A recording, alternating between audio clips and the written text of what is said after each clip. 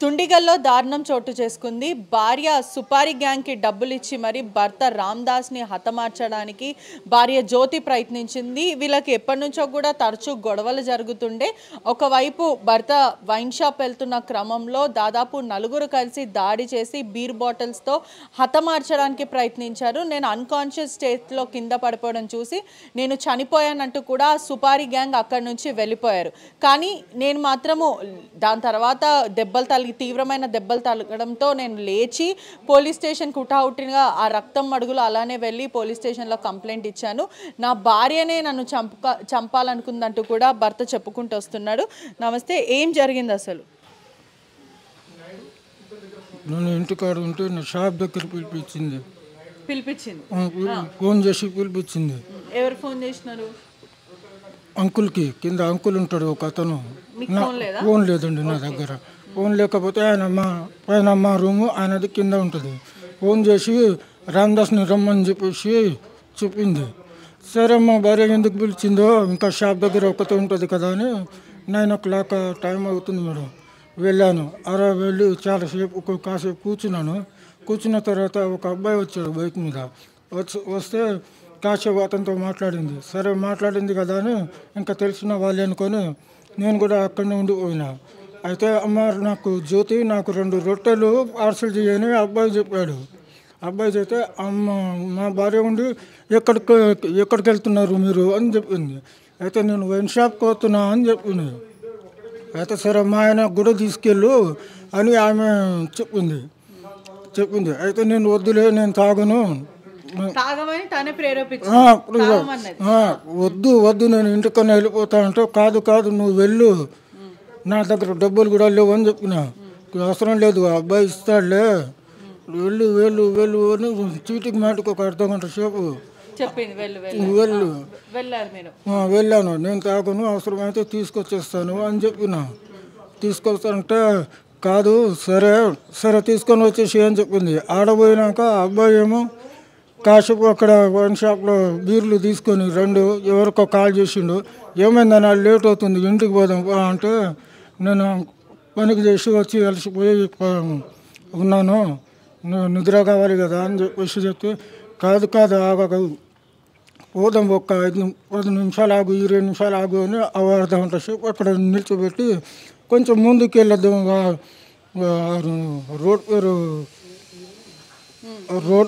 రోడ్కి పోదామని జంగల్కి అని చెప్పింది మేడం. చెప్పాడు. సరే ఇంకా అలానే ముందుకెళ్ళిపోతే సరే ఇక్కడ చీకట్లో ఎందుకు తీసుకొస్తున్నావు అని కూడా చెప్పిన. కాదు ఇక్కడ కొంచెం తాగేసి వెళ్ళిపోదామని చెప్పి ఆ జంగల్లో తీసుకెళ్ళిండు. ఆపిండు, బీర్లు కూడా ఓపెన్ చేసిండు. నన్నే ఎక్కువ తాగమని ఫోర్స్ చేసిండు. అయితే ఇదేదో తేడా కొట్టింది. అప్పటి నుంచి బ్యాక్ సైడ్ నుంచి 2 వ్యక్తులు వెనకల నుంచి వచ్చి ఇంకా కొట్టడం స్టార్ట్ చేశారు. ఆ అబ్బాయి వాళ్ళు 3 కలిసి బీరు బాటలతో కొట్టారు. రాళ్ళు ఇచ్చుకొని బోర్లేసి కొట్టిండు. ముగ్గురు మేడం. అడగలేను మేడం. అసలు బోర్లకేసి మీద కాళ్ళతో బ్యాక్ సైడ్ కాళ్ళతో దీంతో కొట్టడం స్టార్ట్ చేశారు. బాటలతో కొట్టడం, రాళ్ళతో మీద కూర్చొని నెత్తి మీద కొట్టిండ్రు. ఇంకా చచ్చిపోవాలని ఇంకా వెళ్ళిపోయారు మేడం. నాకప్పుడు సురా లేదు, కొట్టింది మాత్రం గుర్తు. దాని తర్వాత తల మీద బలంగా. ఇది దాదాపుగా 10:30 మేడం. వెళ్ళాను మేడం. కాల్ చేశాను 100 కాల్ చేశాను. ఇక్కడికి వచ్చినాక ఫస్ట్ హాస్పిటల్ పోమని చెప్పారు.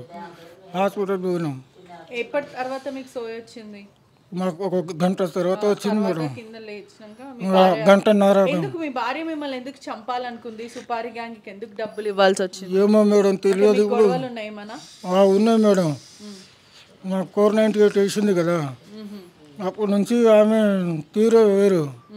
ఇంతకుముందు నువ్వు ఇలాంటి పని చేయొద్దు, మంచిగా ఉండు అంటే, ఇప్పుడు వాళ్ళు పకడ్బందీగా ప్లానింగ్తో ఇలా మీ భర్త నీ దగ్గర ఉండకూడదంటే 498 పెట్టాలి అని ప్లానింగ్ మాట్లాడుకుంది. అప్పటి నుంచి దీని ముఖం మేము చూద్దామని నేను ఊర్లోనే ఉండిపోయినా. రీసెంట్గా మొన్న వచ్చాను మేడం. హైదరాబాద్కి వచ్చి పని చేసుకుందామని. అక్కడ ఏం లేదు కదా. పోలీసులు ఏమంటున్నారు మరి? పోలీసులు ఏమంటారు నేను ఇంకా వినలేదు మేడం. రైట్, ఒకసారి వాళ్ళ తమ్ముడు ఉన్నారు, మాట్లాడదాం. మీ పేరు? ఎప్పటి నుంచి వీళ్ళిద్దరికి గొడవలు, ఏదన్నా భార్యాభర్తల గొడవలు, కోర్టుకి వెళ్ళడం? 2023 నుంచి గొడవలు, 22 నుంచి గొడవలు, 23లో ఏమో గృహహింస కింద కేసు పెట్టింది వనపర్తిలో. పెట్టిన కాడి నుంచి అప్పటి నుంచి కోట్ల చెట్టు తిరుగుతున్నారు ముగ్గురు, మా అన్న అమ్మ నాన్న అందరూ. ఇప్పుడు అదేమో ఫైనల్ స్టేజ్కి వచ్చేసింది. అయితే మొన్న రీసెంట్గా ఈయన 2 సంవత్సరాల నుంచి ఊర్లోనే ఉంటున్నారు. ఇక్కడ ఎవరు లేరు. పిల్లలు ఉన్నారు, 2 ఆడపిల్లలు. ఆ పిల్లలు కూడా వాళ్ళ దగ్గరనే ఉన్నారు. ఎప్పటి వరకు వీళ్ళిద్దరు వనపర్తిలో ఉండే, ఎప్పుడు వచ్చేసింది అతను ఇక్కడికి? ఇక్కడికి వచ్చి ఒక 40 డేస్ అవుతుంది మేడం. 40 డేస్ అవుతుంది ఇక్కడికి వచ్చి 40 డేస్ అవుతుంది. అయితే సడన్గా ఒక 3 వారాల కింద ఏమో ఇక్కడ వచ్చింది, కారు ఉన్న ప్లేస్ దగ్గరికి వచ్చి నేను నా భర్తతో ఉంటానని చెప్పింది.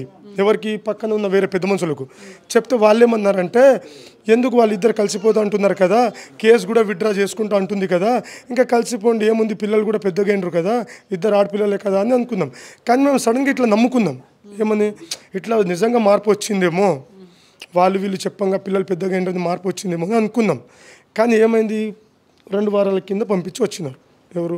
మా అమ్మ నాన్న పెద్దవాళ్ళు అందరూ మాట్లాడి పంపించి వచ్చారు. ఒక వారం రోజులు బాగానే ఉన్నారు. మళ్ళీ వారం నుంచి చిన్నగా గొడవలు అయినాక మొన్న శనివారం నైటు ఇతని దగ్గర ఫోన్ లేదు. 8:30 ప్రాంతంలో నాయుడు అనే వ్యక్తి, ఎవరు వాళ్ళ ఇంటి కింద ఉంటాడు ఒక పెద్ద మనిషి, ఫోన్ చేసి రామ్దాస్కి ఆ జగన్ స్టూడియో దగ్గర ఆమె రొట్టెలు చేస్తుంది, రొట్టెల కాడికి రమ్మని చెప్పింది. ఇక్కడనే ఉంటుంది, రాజీవ్ గృహకల్పలో ఉంటుంది. 8:30కి వెళ్ళిండు. 8:40 వరకు కూర్చోబెట్టుకున్నది రామ్దాస్కి, ఒక 20 నిమిషాలు. పక్కన పోయి ఫోన్ మాట్లాడుతుంది. ఆ టైంలో హోండా షైన్ బండి మీద గోపి అనే వ్యక్తి వచ్చిండు. హోండా షైన్ బండి మీద వ్యక్తి వచ్చి, అంటే లైట్గా పరిచయమే, మరి అంత ఎక్కువ కాదు, లైట్ తెలిసిన వ్యక్తి కాదా అని బీడ్ తాగి వద్దామంటే, బీడ్ తాపిస్తా అంటున్నాడు కదా, వెళ్ళు వానితో పాటు, ఈడ నీకేం పని ఉందని ఎవరు? జ్యోతి చెప్పింది రామ్దాస్కి, భార్య చెప్పింది రామ్దాస్కి. ఈయన కూడా ఏముంది, టైం ఇంకా వస్తుంది కదా, 9-9:30 ప్రాంతము, అది బంద్ చేసే వరకు 10:30-11 అవుతుంది. ఇంకా పోయి వద్దామని పోయిండు. పోతాడు, 2 బీర్లు తీసుకున్నాడు. అసలు గోపి అనే వ్యక్తికి మందు అలవాటే లేదు అంటే మాకు తెలుసు ఫస్ట్ నుంచి, అంటే నాకు తెలుసు. అదే రాజీవ్ గృహకల్ప పక్కన 10 అడుగులు ఉంటాడు, పక్కపక్కనే గల్లీ. గతంలో నేను ఎన్నోసార్లు కూడా చూశాను గోపికి జ్యోతి మాట్లాడుకోవడం. ఎందుకు, నేను ఇక్కడనే ఉంటాను కాబట్టి లోకల్లో, అది మనకు తెలియదు. కానీ మాట్లాడడం చూశాను, నేను చాలాసార్లు చూశాను. భర్తని అడ్డు తొలగించుకోవాలి, ఇట్లాంటిది ఏదైనా ఉందా? ఇదైతే కన్ఫర్మ్, ఇది నిజం, ప్రియుడే. ఇప్పుడు లాగితే తెలుస్తుంది ఇక్కడ మేడం. గోపికి చేసి అసలు గోపికి మాకు అసలు ఎలాంటి సంబంధమే లేదు. ఈయన ఊర్లో 2-3 సంవత్సరాల నుంచి ఊర్లోనే ఉంటున్నాడు, ఇక్కడ కూడా ఉండలేడు. వచ్చేంత 30 రోజులు అవుతుంది, 30-40 రోజులు అవుతుంది.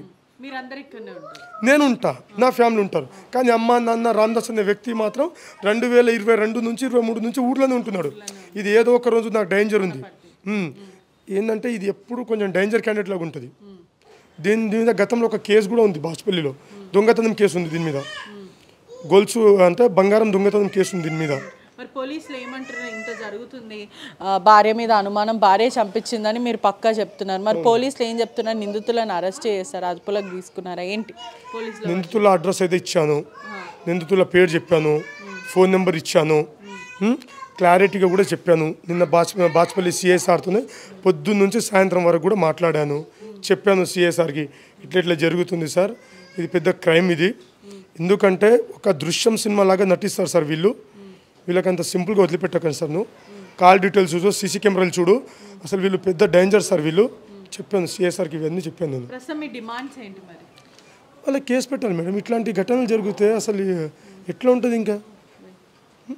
సార్ వాళ్ళ తల్లితో మాట్లాడదాము ఈ ఘటన. ఒక్కసారి ఈయన పరిస్థితి చూస్తే కూడా లేచి నడవలేని పరిస్థితిలో ఉన్నాడు కూడా. అతను మొత్తం మీద కూడా తీవ్రమైన గాయాలు, తల మీద కూడా అనేక సార్లు బీర్ బాటిల్తో కొట్టి భార్య అతి దారుణంగా హత్య చేసే ప్రయత్నం చేసింది. ప్రియుడి కోసమే ఇదంతా జరిగిందంటూ కూడా కుటుంబ సభ్యులు ఆరోపిస్తున్నాడు. ప్రియుడి కోసమేనా ఇదంతా? రామ్దాస్, ఆయన పేరేంటి? రామచంద్రనా? గోపి. మీ పేరు రామ్దాస్. ఇంకో అతను కూడా ఉన్నాడు, అతని పేరు తిరుపతి. ఎఫర్ట్సా వాడి వల్లనే కదా నాకు ఇది 498 పెట్టింది. నన్ను చంపించేస్తే వాళ్ళు హ్యాపీగా ఉండమని చూస్తున్నారు. నా పాటికి నేను పని చేసుకుంటుంటే సరే కలిసి ఉందామని పిలిపించి పెద్ద బాబాకి ఊరికి పెట్టొస్తా హాస్టల్లో అని చెప్పేసి పాపను పెట్టొచ్చినాకనే ఈ ప్లానింగ్ చేసింది నాకు. ఒక్క మంగళవారం రోజు ఆమె పోయింది, బుధవారం కూడా ఆమె మంగళవారమే రిటర్న్ వచ్చినా కూడా ఇంటికి మాత్రం 2 days తర్వాత వచ్చింది. ఇట్లా జరుగుతుంది. రైట్, ఒక్కసారి వాళ్ళ మదర్తో మాట్లాడదాం. ఏంటి అంటే ప్రియుడి కోసమే భార్య చంపిందా? దాని కొరకే మేడం. ఆమె ఎప్పటి నుంటో పందుతలేదు. ఆమె పెండ్లి అయిన కాడ నుండి ఎట్లే గొడవనే. ఒక్కసారి పంది ఉండలేదు, ఒక్కసారి ఇంటికి రావట్లేదు మా ఇంటికి. ఎప్పుడన్నా సొంతం తమ్ముని బిడ్డనే వద్దన్నాక అన్న ఫస్ట్ ఉంటే నేను ఇంకో కొడుకు అంటే నన్ను చేసుకొని అన్నాడు. ఈ బాబుకు తీసుకెళ్ళి మా తమ్ముడు దీమకు చేసుకున్న బిడ్డ కానీ బలవంతంగా చెప్పించి ఇంకా పెళ్ళి అయిన కానుంటే ఒకటే గొడవ, ఒకటే లొల్లి, ఒకటే కొట్లాట. అప్పటి నుండి నేను పోకడం లేదు, రాకడం లేదు.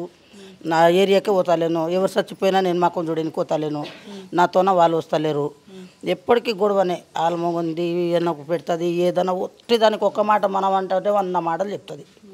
మనకు పడేని ఏదో మాట. పోలీసులు ఎందుకు స్పందించట్లేదు? ఆల్రెడీ మీరు చెప్పిండ్రు ఆడ వనపర్తిలో సంవత్సరం వరకు ఏగిండ్రు పోలీసులు. ఇక్కడ దుండిగల్ పోలీసులకి కంప్లైంట్ చేస్తారు కదా, మరి ఏమైంది? రాత్రి చేశారు, రాత్రి తీసుకెళ్ళిండో లేదో ఇంకా వెళ్ళాం కదా మేము.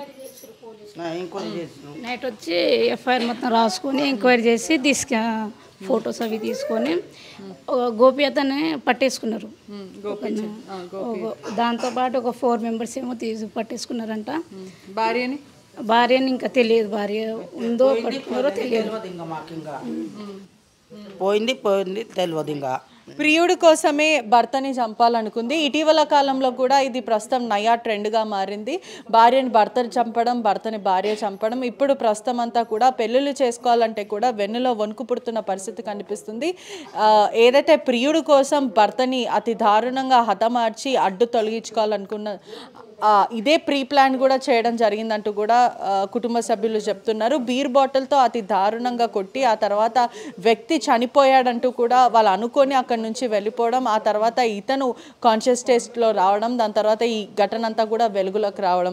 ఏదేమైనప్పటికీ కూడా ఇటీవల కాలంలో తరచూ హైయర్ రేషియో అనేది కూడా భార్యలు భర్తలను చంపడం ఇటువంటివి పెరుగుతూ ఉన్నాయి. దాదాపు 700లకు పైన కూడా భార్యలు భర్తలను చంపుకోవాలనుకున్నారు. అదే కాకుండా ఈ సంవత్సరం అంటే గత 2 ఏళ్ల నుంచి చూసుకుంటే కూడా 3000 మందిని కూడా ఏదైతే భార్యలను చంపారు భర్తలను కూడా తెలుస్తుంది. మొత్తం మీద కూడా పెళ్ళిళ్ళు చేసుకోవాలంటే కూడా అసలు పెళ్ళి అవసరమా అనే విధంగా అయితే ప్రస్తుతం సొసైటీ మారిపోయిందనే చెప్పొచ్చు.